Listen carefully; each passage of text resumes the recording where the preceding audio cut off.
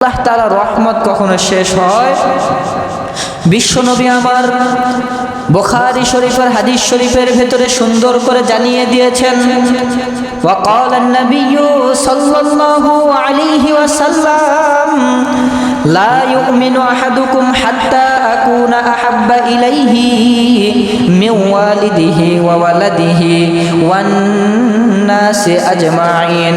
নবী আমার সুন্দর করে বুখারী শরীফের বর্ণনায় সুন্দর করে জানিয়ে দিয়েছেন, ওই যে মুসা আলাইহিস সালাতু ওয়াস সালামের জামানার ভেতরে যখন মানুষেরা আল্লাহর রহমতের চিন্তার ভেতরে থাকতো, আল্লাহ তখন খুশি হয়ে তাদেরকে জান্নাত দিয়ে দিত।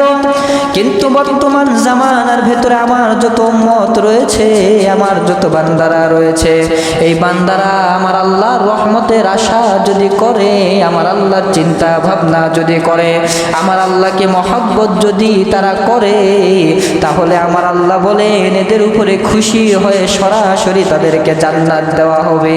সুবহানাল্লাহ বলেন। তাহলে আল্লাহর উপরে খুশি আমরা কেমনে হব? নবী আমার বুখারী শরীফের বর্ণনায় বলেছেন, ও আমার উম্মতেরা তোমরা শুনে রাখো, আল্লাহর প্রতি যদি তোমরা খুশি হইতে তোমরা চাও, তাহলে আল্লাহর প্রতি কেমনে তোমরা খুশি হবা? ওই আল্লাহর প্রতি যদি খুশি তোমরা হইতে চাও, তাহলে দুনিয়ার বুকে একজন ব্যক্তিকে মহব্বত করা লাগবে। জবানটা খুলে বলেন তো, জমিনের ভেতরে কয়জন ব্যক্তিকে মহব্বত করা লাগবে? জবান খুলে সকলেই বলে কয়জন? একজন ব্যক্তিকে মহব্বত করা লাগবে। সেই মহব্বতটা কেমন করে আমরা করব?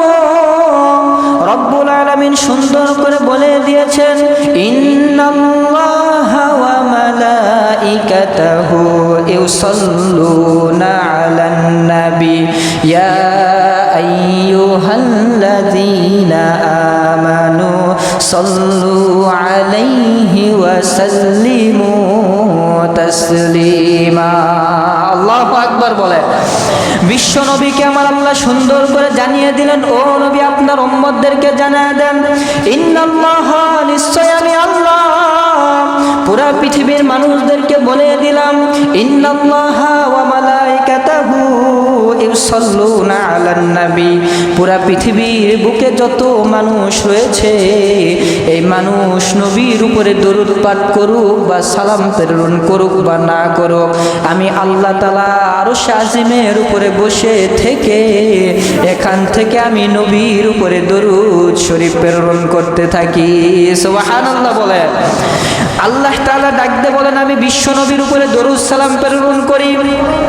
ও দুনিয়ার মানুষ, শুধু আমি তোমাদের নবীর উপরে দরুদ প্রেরণ করি এমন নয়, পৃথিবীর বুকে আমি আল্লাহ যত ফেরেশতাকে সৃষ্টি করেছি, এই আসমানের উপরে যত ফেরেশতাকে রাখা হয়েছে, কতগুলি আমার আল্লাহ ফেরেশতা সৃষ্টি করেছেন। রব্বুল আলামিন সুন্দর করে কোরআনুল কারীমের ভেতরে বলে দিয়েছেন, মক্কার উপরে আসমান, এই আসমানের উপরে একটা কাবা শরীফ রয়েছে।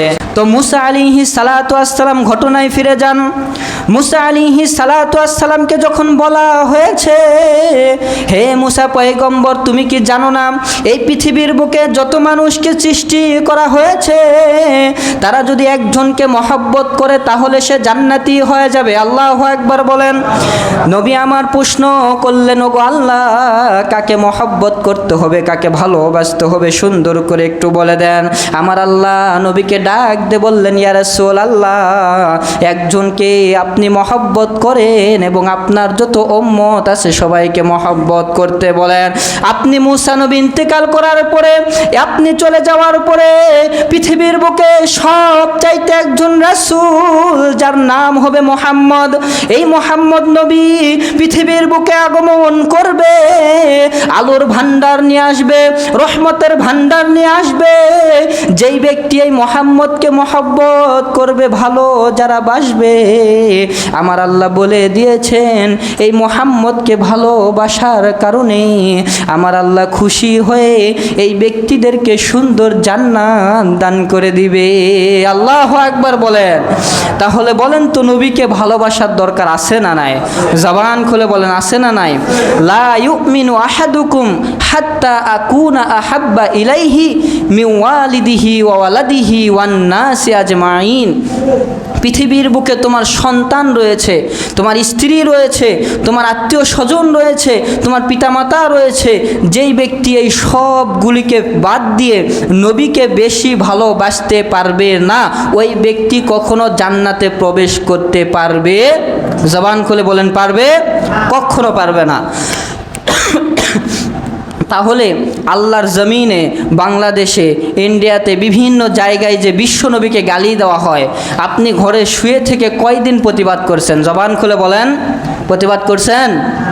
তো নবীকে আপনি আপনার আম্মার চাইতে কেমনে ভালোবাসলেন? অথচ আপনার আব্বারে গালি দিলে তো হাসা নিয়ে দৌড় দেন, কাল্লা কাটে দুয়াদ্দু করে দেওয়া হবে, তারপরও রাগ শেষ হবে না। আমাকে মাকে কেন গালি দেওয়া হলো, বাবাকে কেন গালি দেওয়া হলো, সন্তানকে কেন মারধর করা হলো? অথচ রসুলকে যে গালি দেওয়া হয়, আপনি ঘরে শুয়ে আছেন। যেই হুজুরেরা প্রতিবাদ করার জন্য বাহির হয়েছে, তাদেরকে আপনি আবার বলেন জঙ্গিবাদ, ঠিক কি না? তো তাহলে আপনি নবীকে কেমনে ভালোবাসলেন? নবীকে কেমনে মহাব্বত করলেন? নবীর ভালোবাসা, নবীর মহাব্বত যার অন্তরের ভিতরে থাকবে না, সে কখনো পাক্কা মুমিন হইতে পারে? সাহাবায়ে কেরাম বিশ্ব নবীর ঘরে প্রবেশ করেছে।